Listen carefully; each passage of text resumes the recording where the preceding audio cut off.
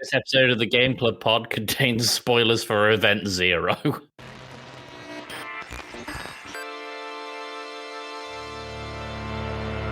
If you look in general, you'll see the house I'm looking at. Oh, that's amazing. I don't know why I moaned like that. Oh, That's a nice good lot of house, land. Slade. Mm-hmm. Thank you. So, I fucking hate you. Welcome back to Game Club Pod. hold on, 1 second.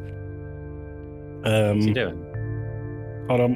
Don't worry, I'll edit that out, of course. And then Thank you. +1. Oh, okay. I see what we're doing. Yeah, just doxing Slade left and right. F you, Joey. Well, I really can't wait to start this episode off with a fucking 48 kilohertz beep. Yep, just nothing but beeps and a couple of beeps. Mm-hmm. Well, no, Hello, you have to everyone. Welcome beep, back to Game Club Pod. Because you have to beep the fuck yous. Yes, I know, and that as well twice, thanks. You really And hey, fuck man, it. you just gotta beat it. I play a little game whenever I edit of who's the most sweary, and I think this week it's going to be somewhere between you two. Normally it's you. It is I I normally play Tim. this game all the time, and it's always you, Tim. Yeah, I know. Yep. I got a foul mouth. I need to So- sort that out. I'm going to make them different pitches and see if I can make that a song or something. Yeah, good. How are you guys? Yeah, not so bad. Not so bad. What about you? Good. It's cooled good. down here. It's cooled very much down, and I'm a big fan of that, considering I just bought a new fan and then it cooled down. Y'all are very lucky. It's still very hot. But you also have air conditioning. No, let's not start this, because we do this every time it's hot, and it's No, a stupid argument. It is a stupid argument because it's not the end all be all. No, well, it's not the end all be all. However, the heat is different. Anyway, so you turned away, so we didn't actually hear what you said, so that's fine. Yeah, just wanted to say, let's not start this stupid argument. Tim, can we start the episode, please? Could you introduce? Oh, okay, we're doing that now, aren't we? That It's was your our episode. preamble. Great. Oh, is that? Okay, Tim, I well, like this- the plant on your desk. That is Yeah. a succulent I got free at work. Does it give you that good suck? I refer to it as the suck, The suck. but it's spelled That's nice. SUCC. Nice. I remember what we're supposed to talk about now for preamble stuff. Oh yeah, do it. So, there's currently a Category 3 or 4 hurricane off the Gulf, not too far from me. At the time And- of recording. Yeah, time of recording. So, waiting to see what happens. And I mentioned that I wasn't worried about it unless the Waffle House closes, which Joey does not know about the Waffle House Index. Yeah. Talk to me about the Waffle House Index. The Waffle House Index, if you live in America, you should be, or at least in the Southeast where we have hurricanes, you should be aware of it. It is basically the way FEMA and the government decides how bad a storm actually is by whether or not the Waffle House closes. If you don't know this about Waffle House, 365, 24/7, they never shut down. So, follow-up question. Mhm. What's FEMA? Federal Bone in your Emergency leg. Management Agency. Follow-up question. What's Waffle House? Waffle House, it's a little diner chain. I say little, it is just a Yeah. breakfast diner place. They're open Massive is what they are. Not really. They're very tiny little diners, but it's one of the few places you can also sit there and watch people cook. And they Oh, And fight. and fight. And they make breakfast for you. And I have had friends of mine pass out in the booths at Walmart while having not at Walmart, at Waffle House. Walmart too, but they used to have restaurants in there. But Are we claiming Waffle House as the official waffle sponsor of the Game Club podcast? fucking A, we are. Follow-up IHOP. question. IHOP's mid. IHOP's terrible. Follow-up question. What's a waffle? It's a pancake with abs. My questions are answered. Thank you very much, Slade. Great. All right, well, Thank you for taking that ridiculous hello. sequence quite this seriously. episode of the Game Club Pod contains spoilers for Event Zero. Tim wants to move on from the nonsense, I guess.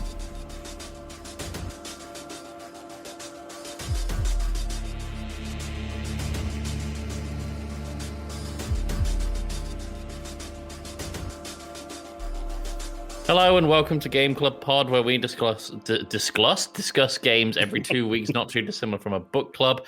I'm Tim, one of your hosts at Wembembo on everything except Pokemon Go. Where is Wembem Go? I'm joined by my usual co-hosts, Slade.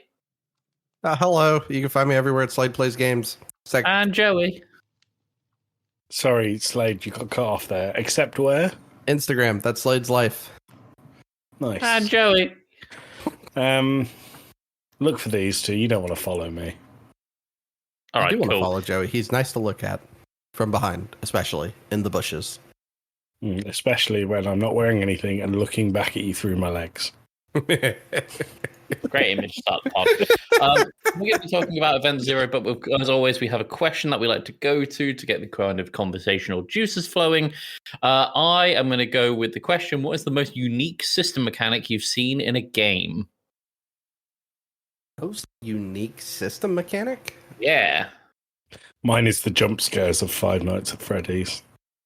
I love I've when never they pop seen up on the another- screen and go a bloogie woogie woo. I've never seen another game do it. Most unique. I'm trying to think of what it would be, and the only thing that comes to mind right now is because I was replaying it because I had happened to start listening to the books, Gears of War 2, and started playing it, and it's the chainsaw mech. I can't think of another game with the more interesting melee option. I would. So my brain immediately goes to the Nemesis system from the Lord of the Rings games. If you guys have played that, Yes, Yep. yes. phenomenal system where the idea is that there's a bunch of almost captain orcs of different tribes and factions of orcs around Mordor and Middle Earth, and you effectively build up a little story with them where some of them will learn to fear you, and if you lose to one, they'll be constantly reminding you and taunt you for it whenever you run into them around Mordor. It's a very fucking cool system. We should do an episode on Lord fucking hell. What is it called? Shadow of Mordor. Or Yeah, or the other one. Shadow of Mordor or the other one, because we are soon to run Lord of the Rings name through the fucking... Oh, actually, that was last week. We're recording these out of sequence Yes, because we are. we've just run Lord of the Rings name through the fucking mud. Tim, can you just tell me that? So obviously, the reason that you've gone for that question, what is the mechanic in this game that's so unique? Well, what was your unique mechanic that you wanted to go with? Five Nights at Freddy's. Oh, right. Okay, No, fair. my serious one is the upgrade system in Final Fantasy X. The sphere there's grid. the skill tree. this game keeps coming up mainly because the now I have to say, and hopefully this is right, Beyonce is playing that on her Switch right now. Great. Slade, do you want to do? It's weird when you haven't proposed yet. I know it's next weekend after recording this, so I don't know. It'd be weird to say girlfriend and then people look at the socials and didn't he Ooh, just? Can I just? Downgrade Congratulations, Slade. Yes, congratulations. Or commiserations. What's I that? hope congratulations. What's Thank that you. tweet that's I'm not reading all that, but I'm happy for you, or I'm sorry. It's Yeah. it's either gonna happen or I'm gonna find out. One or the other is gonna happen. Jesus Christ. Wow, I'm not sure. Might cut that one out. Bleep fest this episode. Yeah. But yeah, congratulations, Slade. Thank you very much. Very pleased for you. We'll catch up in real time to find out how it all happened because Yes. it's very fun. But the sphere grid, going back to that, in Final Fantasy X is wild. Yeah. To the point where I've played probably 100 hours of that game and I still don't quite understand it. I love a sphere grid. So the fact that the Yakuza series now uses a sphere grid as well makes me very happy. It's another excuse for me to gush about Yakuza. Didn't the one we played the Yakuza series you also use the sphere thingy? Correct. Okay. Yeah, I didn't understand it there either. I didn't understand it at all. Tim, what's the primary mechanic in Event Zero? So Event Zero is you are constantly interacting with a computer, which doesn't sound like much, but when you consider this game's effectively call and response based AI at the time, it's very, very well put together. So no matter what you type into this computer on your real life keyboard, you're not selecting pre-generated prompts. You can type in whatever you want, and the computer will have a response for you. it's pretty amazing. And considering this game came out in 2016, it was way ahead of its time. So for I AI. went ahead, Tim, and I asked AI to generate me a quick quiz about AI Event Zero. Okay. So I have a 10-question quiz for you. I'm not keeping score. We'll keep it sharp and fast, okay? This is for both of you, Slade, so just shout your answers. Okay. What's the primary setting of Event Zero? Space station. Well done. What is the name of the AI that you interact with in the game? Eisen. Well done. What genre best describes Event Zero? Indie. First person puzzler. Ooh, this says puzzler, but I'd agree with the indie. I don't think it was made by a big studio. In Event Zero, how do you primarily interact with the AI? Keyboard. Type it in on the computer. Great. What year is Event Zero set in? The 80s? 1980s. Incorrect, apparently. 2012. Oh, yeah. Sorry, yeah. What theme is the central to the storyline of the game? These questions get very broad as they go. That's very broad, yeah. Theme to the game? I guess it kind of depends on the beginning, in a way. Well, It's about trying to get home more than anything. Yeah, but like on the intro, like Earth's kind of fucked and you get sent to space. So getting home, yeah, Tim's right. Isolation is what it says here, but you're both right. I mean, you've answered the question. What is the ultimate goal of the player in Event Zero? Get home. Go home. Nice. What significant mechanic involves solving the puzzles in Event Zero? Typing on a keyboard. Yeah. What perspective is Event Zero primarily played from? First person. And what dual roles does the spaceship's computer play in the game? But the antagonist and your companion. Yeah. Ally and antagonist. I'm going to give you both 10 out of 10. Well done. Fantastic. So, Event Zero just kind of rattle off through the usual, Wikipedia pulled information that we normally do. This game was published and developed by Ocelot Society. It came out on, and this is a weird list of platforms, Microsoft Windows, Steam, and classic Mac OS. Cool. Okay. Which is an interesting poll. As mentioned, it came out in 2016, to be exact, September 16th, 2016. It is a single-player indie adventure puzzler video game. To briefly just run over Steam's synopsis of it, Event Zero is a sci-fi narrative exploration game where you build a relationship with a lonely ship computer as you try to get back to Earth. I'm going to go to immediate thoughts with Joey. I really liked the concept of this game. Mm-hmm. I thought the setting was good. I have had immediate gripes with it. My immediate gripe was the controls. In what world does it make sense to move backwards and forwards using left and right click of the mouse? What world? I thought for that it was a bit of a necessity because you'd be typing on the keyboard.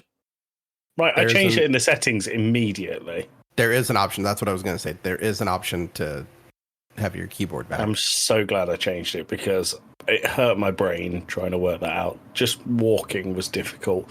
I think the puzzles were clever. You could figure them out, and it didn't feel like an impossible challenge to do the puzzles within the game. I will say that I think selling this game, saying the AI will respond to whatever you've said to it, felt a bit misleading. Because I have a screenshot that I sent to Tim where I was testing if the AI was actually responding to what I was saying. And I don't think it was. I think it was just stock responses. So I said originally, "You're not very responsive." And then it said, "So to summarize, you will get to the bridge, access the singularity drive from there, destroy it, and then the Nihilus will bring you home." And I thought, it's not really a response to what I said. So I said, "How big are yo titties?" And it said, "Just get to the bridge and access the terminal. We will take it from there." And I said, "Okay." Then I get to see them titties. And it said, "You can go now." I think I was being responsive. It was trying to shoo you away. Yeah. Yeah, I was trying to push it to its limits. And I feel like I didn't even get close to the limits of the AI. Great concept. Really fun idea. I think the execution of the AI, whilst clever, in solving the puzzles. I don't know if you could sell it as a full AI-based response unit. Sure. Those are my thoughts. Cool. Slade. So, I'm going to start with, I think Joey's very correct in saying the word concept. That kept coming back to my head, that this game feels like a really good concept design that maybe needs something more. And I don't know what it is, because I really enjoyed it, actually. I was a bit worried in the intro when it was all text and asking me questions, because my first thought was, oh no, we're playing the Yogg again. And then finally, when we got out of that into actual gameplay, it got really interesting. And I had actually, until we sat, I was like thinking back, looking at my notebook and just looking at various notes. I was like, I forgot to write down anything about the intro because it sucked. Like, if it just started on the ship to get off the ship, that would be more interesting. It could cut that beginning out because I don't think it makes, I know there's varying runs and certain things that change. It's just a bit meandering and boring to go through in the beginning. Did the introduction actually change anything within the game? I think it changes some aspects about Kaizen's personality. There's also like a couple different endings was the other thing I saw. Yeah, but I thought that was based on your interaction with Kaizen during the main game. I don't know if it has to do with the beginning or the ending. I think they could, if they scrap the ending or scrap the beginning, start you on the ship, and the ending is based on how you and Kaizen interact.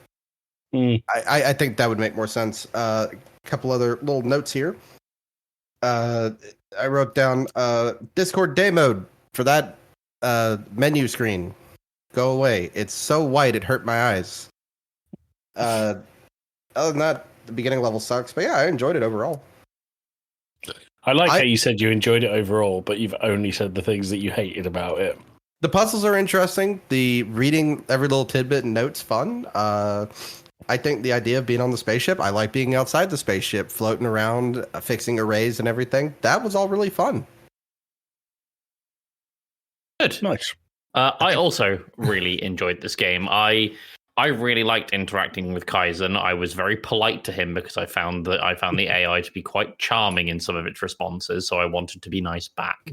I would say thank you and please in my statements, for example. Yeah, I mean, these two have covered it already. The puzzles are really, really cool. There's a lot of environmental puzzle work as well. Like, you'll have to go between like different terminals at one point to find like sticky notes that other people have just like written when attempting to work out how to get Kaizen back on track. Like, they're also trying to get home. So you're almost picking up where they left off. And I thought that was a really, really cool concept. The AI, while I obviously gave it praise at the beginning, it obviously has its limitations, but I'm willing to almost let that aside considering it came out in 2016, which is obviously way before the AI boom. Yeah, I think if we played it then, you'd probably be like way more impressed by it than versus what you're used to with AI now. Well, this is the thing. I played this game in 2017 originally, and I was blown away by it. And obviously, with the advent of things like Google Gemini and ChatGPT and Siri and all that, it's not going to stand up to modern AI standards. But for its time, leaps and bounds ahead of the competition. Yeah, like I got into an argument with Kaizen about opening the door to go back out in the space. Yeah.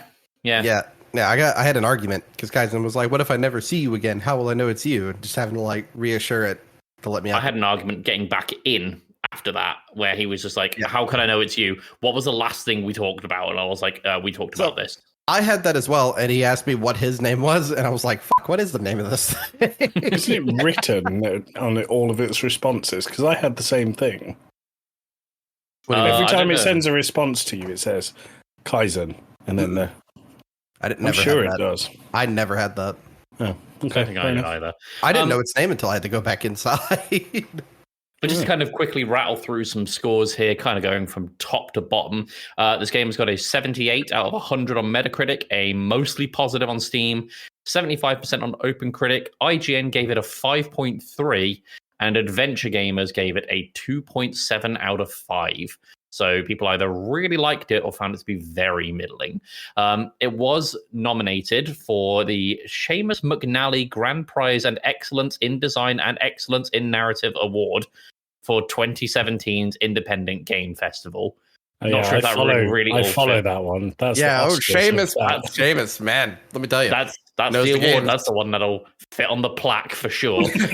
So it got its praise, I think, but I think it also really missed the mark with a lot of people.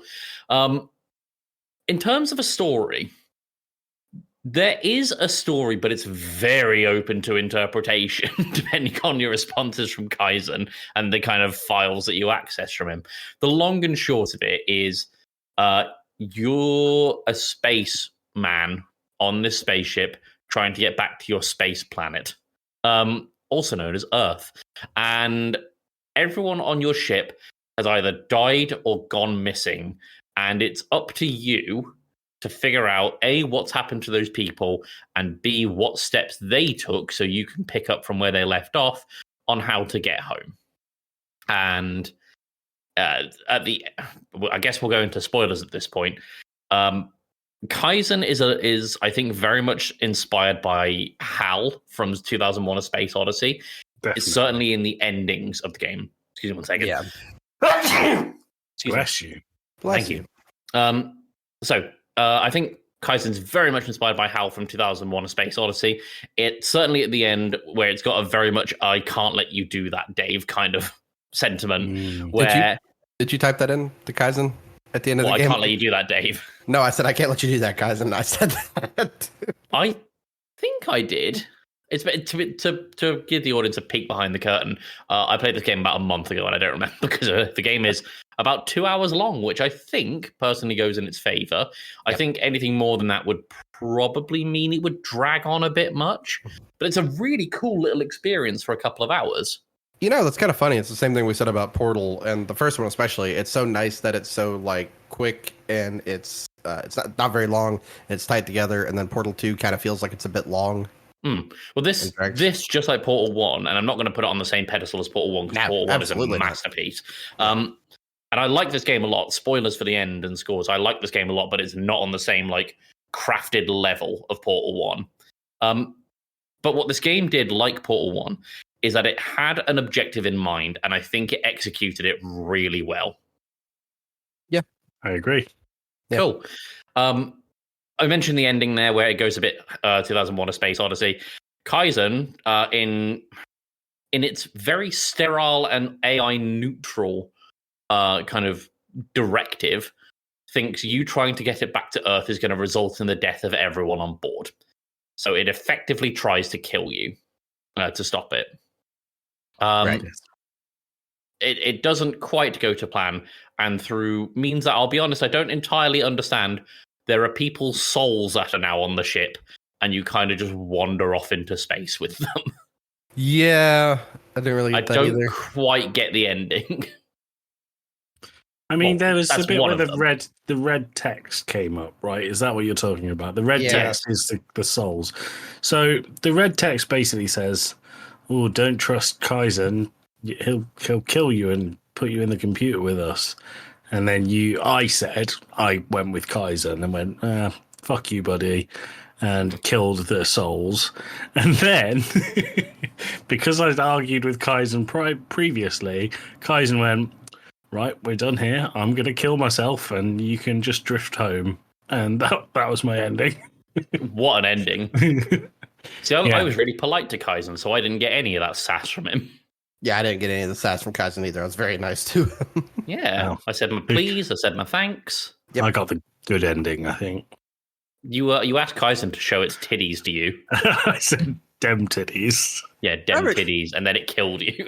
Full sidetrack, but it makes me think of when I used to be the manager at Firehouse Clubs. The old man who owned it got his first smartphone, and I had to explain what Siri was. And the first thing he asked it, he said, "Siri, show me some titties." Brilliant. Show me. I'm the old man. I should point out, once again, was just trying to push its limits and see how it would react to something wildly unprovoked. But if anyone wants to see how the AI works in Event Zero, there's a YouTube channel called Mark Brown that I think we've talked about on the channel before. He does a channel called Game Maker's Toolkit. And he has got a phenomenal video on the AI that powers Event Zero and how it all works. I'm not going to claim to understand it because it's been a very long time since I've seen it, but from what I get, It's essentially each prompt that it looks for a series of words and then tries to look at the context and tone of your sentence to then formulate its response. Pretty ahead of its time. Yeah. I think when you say that, like, it is very ahead of its time. It's very clever. But once again, don't think it quite does it. Sure. That's just my feeling on it. For sure. I don't know there's too much else to talk about with this game because there's not much of a soundtrack. I completed this game in 100 minutes flat. So I did it in 2 hours. Hour and a half-ish. Yeah, 100 minutes flat I did. So, yeah, it's not a long game. It looks good. The graphics are good. Got a good art direction. Yeah, I like the art direction. There isn't many areas, but the space sections are really cool. And one detail that I really liked in the space section is when your character is spinning into outer space and they're panicking, their breathing's really quick and it mists up your visor and you can see much less. And then when you slow them down and you calm it, their breathing becomes more normal and focused and you can see much more than you could before. And I just thought that was a really, really cool little detail. One thing I'm an absolute sucker for when it comes to sound design, and this is me putting on my audio engineering and sound design hat, whenever things are in space, in a lot of films and TV shows, they don't think to be like, oh, well, they're in space. There's not going to be any noise in space. And in this, the game is very used to like playing the sound of the very satisfying mechanical keyboard at you whenever you type. But in space, when you're using the terminals on the outside, you don't get that. It's because there's no sound in space. No one also, can hear you scream, Tim. No one can hear you type in space. In space, no one can hear your Discord servers. Yeah, no one can hear my Discord notifications going, only for it to be an at here or at everyone. So the other thing, and it's a slight immersion thing, and it's very specific to me specifically on this server, because I don't think either of you, Joey, you use a mechanical keyboard, right? Yeah. Yep. Slade, do you? Nope. You don't. I loved, and it's just a bit of immersion, hearing the mechanical keyboard being typed back to me when I was typing in game. There was just something cool about that to me. It felt like I was doing it more. Not feel to say that I noticed, to be honest with you. Oh no, it's really cool. I've really, said really before, cool. I hate the sound of a mechanical keyboard. Oh no, I love them. Absolutely love them. It's mainly because you always hear it through somebody's microphone, and it sounds like they're banging some bongos back there. I have changed my keyboard since, and I've got new linear yellow switches, and they're much quieter, but a lot more tactile. Big fan. All right, shall we get on to scores and final thoughts? Yeah, let's do it. Sure. Let's do it. All right, I'm going to go reverse order this time. I'm going to start with Slade. Sure. Like I said, I feel like I was a little mean to it. I don't want to be. I'm giving it a 7 out of 10. Nice. It feels like a very solid concept. It needs a little bit of tweaking, but I think overall it's a good experience, and you should go give it a shot. Great. Joey. Sorry, Slade. So that was a 7 out of 10 with a recommend. Yep. I'm going to give it a 5 out of 10 with a not recommend. I don't regret the time I put into it, but I feel like its core mechanic has been outgrown by the rest of AI's evolution, and it wasn't that impressive. To me, like I said, I love the concept. I thought the concept was brilliant. Just don't think it was executed fantastically. There are better puzzle games out there, and at the price of £15, maybe $20. I feel like that's a bit much for a 100-minute game. I was going to bring up right the now? price. Yeah, no, that's not on sale. It's not on sale. That was going to be my point. Is maybe wait till this is on sale. Oh yeah, it's $20. Yeah, it kind of makes me want to change my score a bit, but that should be more like a $5 or a $10 game if I'm honest. Yeah, maybe. Certainly in the nearly 8 years that it's been since the game came out, I'd like to see a bit of a price drop on that. Yeah. I unsurprisingly liked it very much. I'm going to give it a 7 out of 10 with a recommend, I think. Yeah, 7 out of 10. I just think it's a really cool idea, and especially if you can if you're a fan of where AI has been, like in terms of its history or what it's doing, give this a go. We've said it a few times before in this episode. This was way ahead of the AI boom, and I think it's a really interesting. I'm not going to call it a point of origin, but a bit of an exploration into what AI was doing at the time. Cool. Cool. And that leaves us with an average score of 6.3. Cool. Great. Nice. Whose game is next? That is Slade. That would be me. You remember a while back, I said, hey, the Fallout 76 has gotten better. Yeah. Well, I asked y'all just to play 10 hours of it. Nice. So I hope you enjoy. And maybe did y'all both played it at launch, right? No, I did, and I have some stories. Great. So we'll get into that in 2 weeks' time. Hooray! Great. Well, thanks for joining us on the Game Club Pod, everyone. Join us next time where Slade is going to be going out and trying several mechanical keyboard switches, but only using his toes. And typing, show me them titties. See you in 2 weeks, everyone. Or in the post-amble. Post-amble. Probably the post-amble. Bye.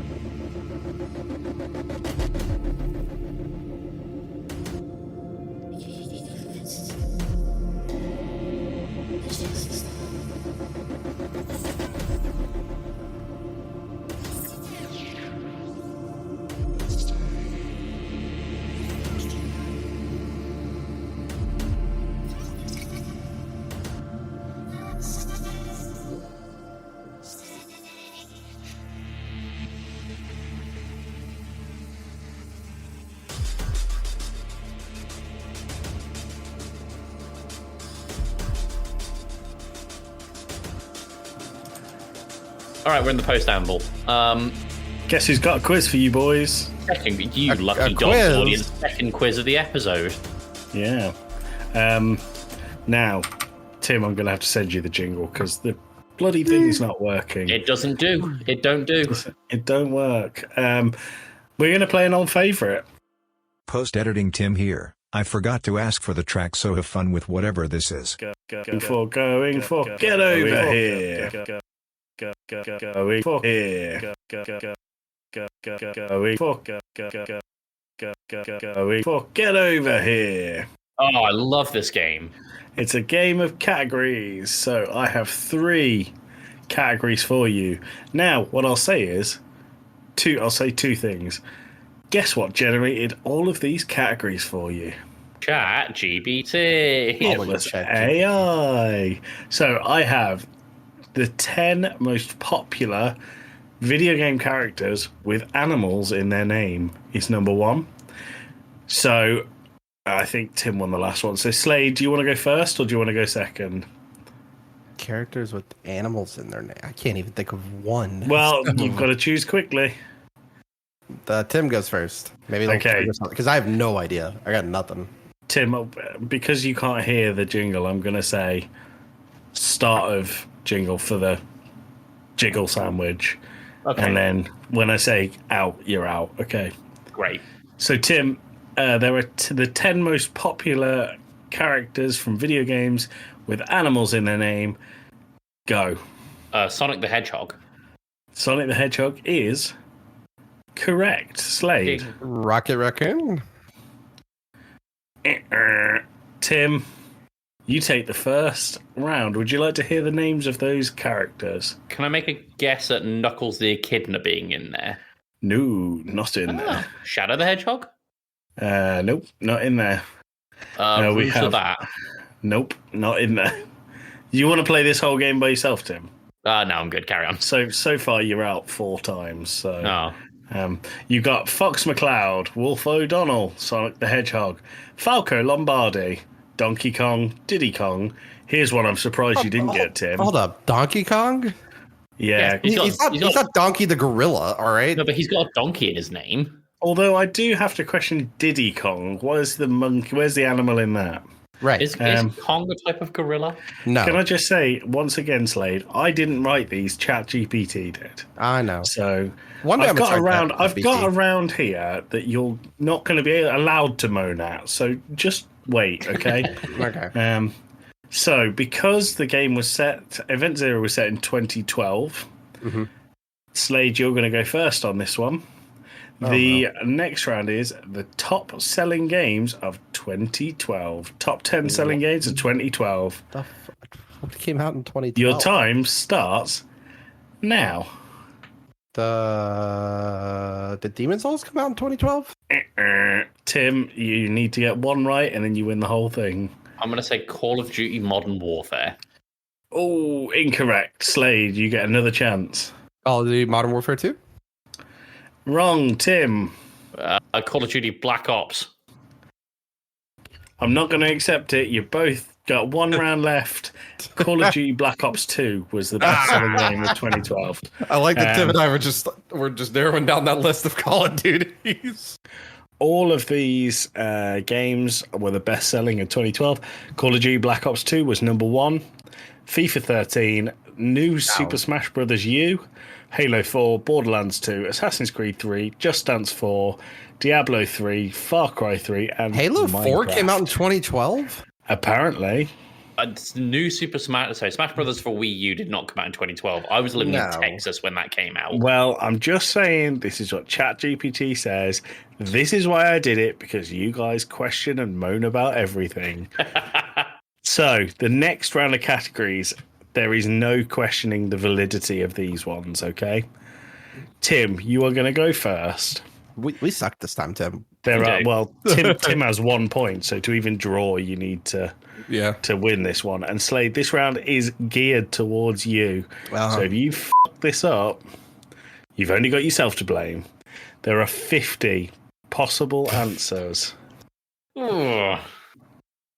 Slade, you're first. Oh no, Tim's first, isn't he? Tim, you're first. Nice and simple. States of America. Oh, California. Ding. Alabama. Sorry. Ding. Texas. Ding. Georgia. Ding. Florida. Martin, the Florida. No, I nearly said Miami, but it's Florida. Ding. Mississippi. Ding. Illinois. Ding. Tennessee. You're the only 10 I see. Ding. Oregon. Ding. South Carolina. Ding. North Carolina. Ding. Kentucky. Ding. North Dakota. Ding. South Dakota. Ding. New York. Ding. Nevada. Ding. New Jersey. Ding. Delaware. Ding. Maine. Ding. Rhode Island. Ding. Alaska. Ding. Hawaii. It's so stupid saying ding. Ding. Louisiana. Ding. We're getting down to it where you could end up repeating, and that's what's going to kill you, Slade. That's what I'm worried about. Virginia. Ding. Idaho. Yes, you are. Oh. Ding. West Virginia. Country Road, take me ding. Ohio. Ding. Missouri. Ding. Have we not already had Missouri? Nope. Oh no, he said Mississippi, didn't he? I did. We've already had Indiana. He said it. Mississippi. Oh, New Mexico. Ding. Colorado. Ding. Arizona. Ding. Utah. Ding.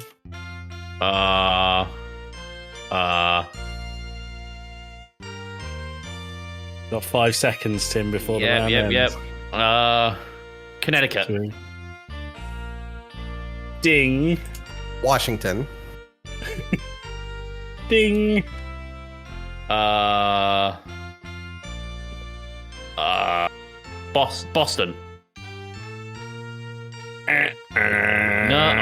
No, it's Boston's in Massachusetts. yeah, it's a Massachusetts place. Well, that leaves you on a tie. How many states did we get to? I didn't count them, but do you want the ones you didn't get? Sure. Yes. Arkansas, Indiana, Iowa, Kansas, Maryland, Massachusetts, Michigan, Minnesota, Montana, Nebraska, New Hampshire, Oklahoma, Pennsylvania, Vermont, Wisconsin, and Wyoming. There was still a lot left. There was. I've lived in some of those places as well. Why didn't I think of them? I'm going to come up with a tiebreaker for you. Okay. Tim got the point first. So, Tim, I have a question here that has a numerical answer. Okay? Oh, no. Do you want to go answer first out loud, or do you want to answer second? I'm going to answer first. That's a stupid move, Tim. But you've made your choice now. How many times is the word Jesus in the Bible? Oh my god. I'm going to say 572. Okay, Slade. The word Jesus in the Bible. He said only 572? Yep. 573. Fuck you. I think that might be the first swear I've had this episode. It's at least your third. At least your third, Tim. Tim, I will send you the sound for the winning scores.